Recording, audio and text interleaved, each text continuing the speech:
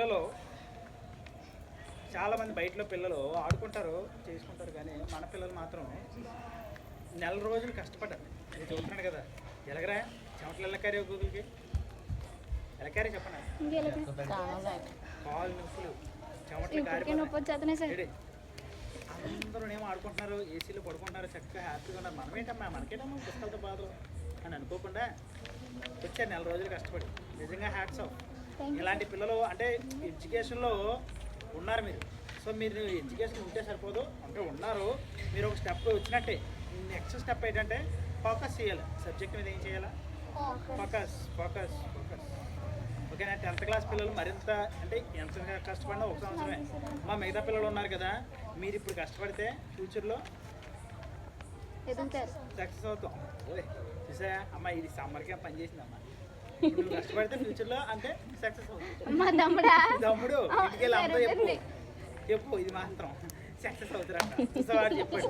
So ఏంటంటే కనబడుతుంది, right? అర్థమైందా? మిగతా వాళ్ళు మాత్రం ట్యూషన్కి వచ్చేసండి. తర్వాత ఇంత అద్భుతంగా ఫినిష్ చేసిన మీకు మాత్రం ఫైనల్గా అల్టిమేట్గా కంగ్రాచులేషన్స్. రైట్?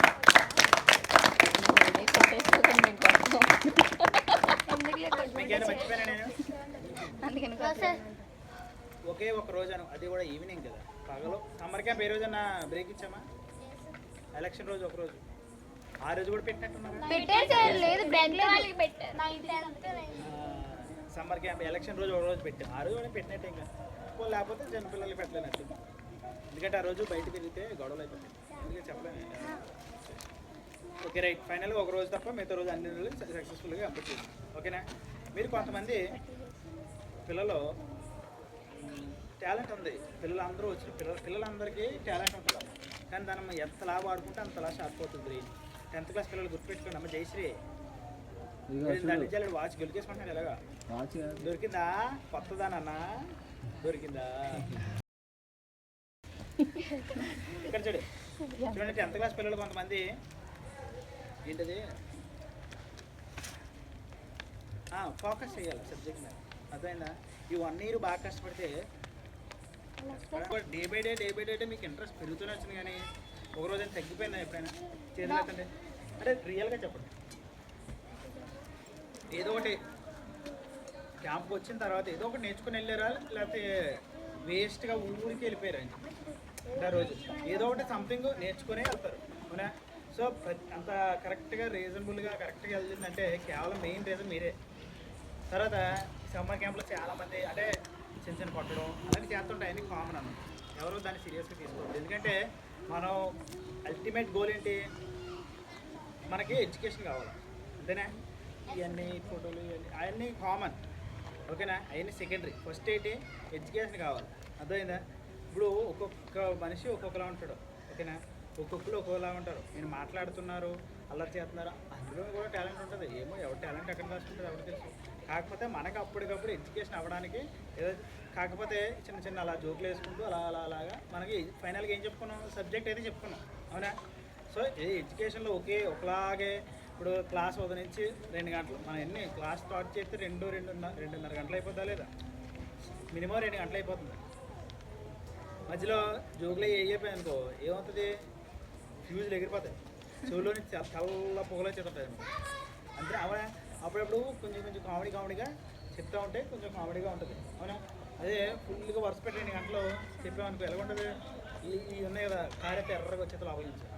కానీ మీ సపోర్ట్ మాత్రం చాలా చక్కగా ఉంది. ఇలాగే కనుక సపోర్ట్ చేస్తే ఇంకా చక్కగా చెప్తాం. తర్వాత హాస్టల్లో రూమ్లో పిల్లలు ఉన్నారు కదా, వాళ్ళు 5వ తారీఖు వరకు రావాలి, ఎందుకంటే లేట్గా జాయిన్ అయ్యారు కాబట్టి, ఓకేనా? నుంచి ఏం చేస్తున్నారా? మీరు ఫుల్ తినడానికి కష్టపడి సంపాదించి మీకు ఎలా మా పుస్తకాలు ఇచ్చి బోర్డు డబ్బులు ఖర్చు పెడతారు, అర్థమైందా? అంతలా ఖర్చు పెట్టి పేరెంట్స్ ఉండడం మీకు ఇంకా చాలా అదృష్టం, అర్థమైందా? మరి వాళ్ళ కోసం మనం ఏం చేయాలి? కానీ చదివితే చాలు, అంత మించాలి ఏం కోరుకుంటారండి?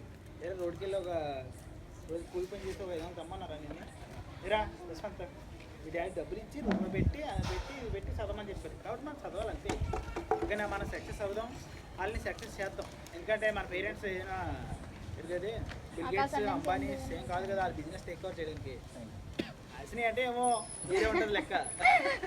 Veterinary doctor, army, right. కొంతమంది చూడండి, ఎవరికి ఎక్కువ ప్రెజర్ ఉంటుందమ్మా? తాపీ మేస్తే పిల్లలు, తర్వాత కూలి పని పిల్లలు, ఇలాంటి వాళ్ళు రెడీ సక్సెస్ అయితే అది గొప్ప విజయమే.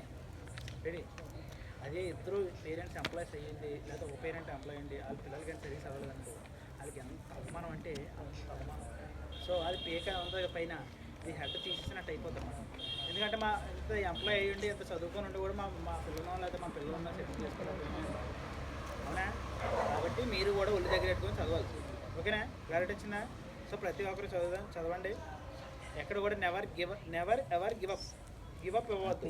అర్థమైందా? అమ్మ నా వల్ల కాదు, నేను చేయలేను, ఏమీ లేదు. ఆడికి 2 కోళ్ళు ఉంటే మనకి 2 కోళ్ళు ఉంటాయి, ఆడికి 2 చేతులు ఉంటాయి, మనకి 2 చేతులు ఉంటాయి. చదువుకుంటూ వెళ్ళిపోవడానే అమ్మ. మళ్ళీ గుర్తుపెట్టుకోండి, 10th క్లాస్ పిల్లలు మెయిన్ రీజన్ ఏంటంటే చదవడానికి టైం లేదు. చదవడానికే టైం లేదని చెప్తాడు చూడలేదు. చదవడానికి బోల్ టైం ఉంది. 10th క్లాస్ చదివినప్పుడు 10th క్లాస్తో పాటు 4 కోర్సులు చేయొచ్చు. 10th క్లాస్తో పాటు 4 కోర్సులు చేయొచ్చు. 10th క్లాస్ 590తో అంత టైం ఉంటుంది. అవునా? అంటే ఇప్పుడు నేను చెప్తే టైం ఉంటుంది, కాకపోతే మీరు ఎక్కువ ఉంది ప్రెజరు వద్దు, డైలీ వద్దు, చదువుకుని వెళ్ళిపోవడమే. చదివిన తర్వాత అప్పుడు ప్రెజర్ అని చెప్పండి, అది ఏముంది. కానీ చదువుకుంటూ వెళ్దాం.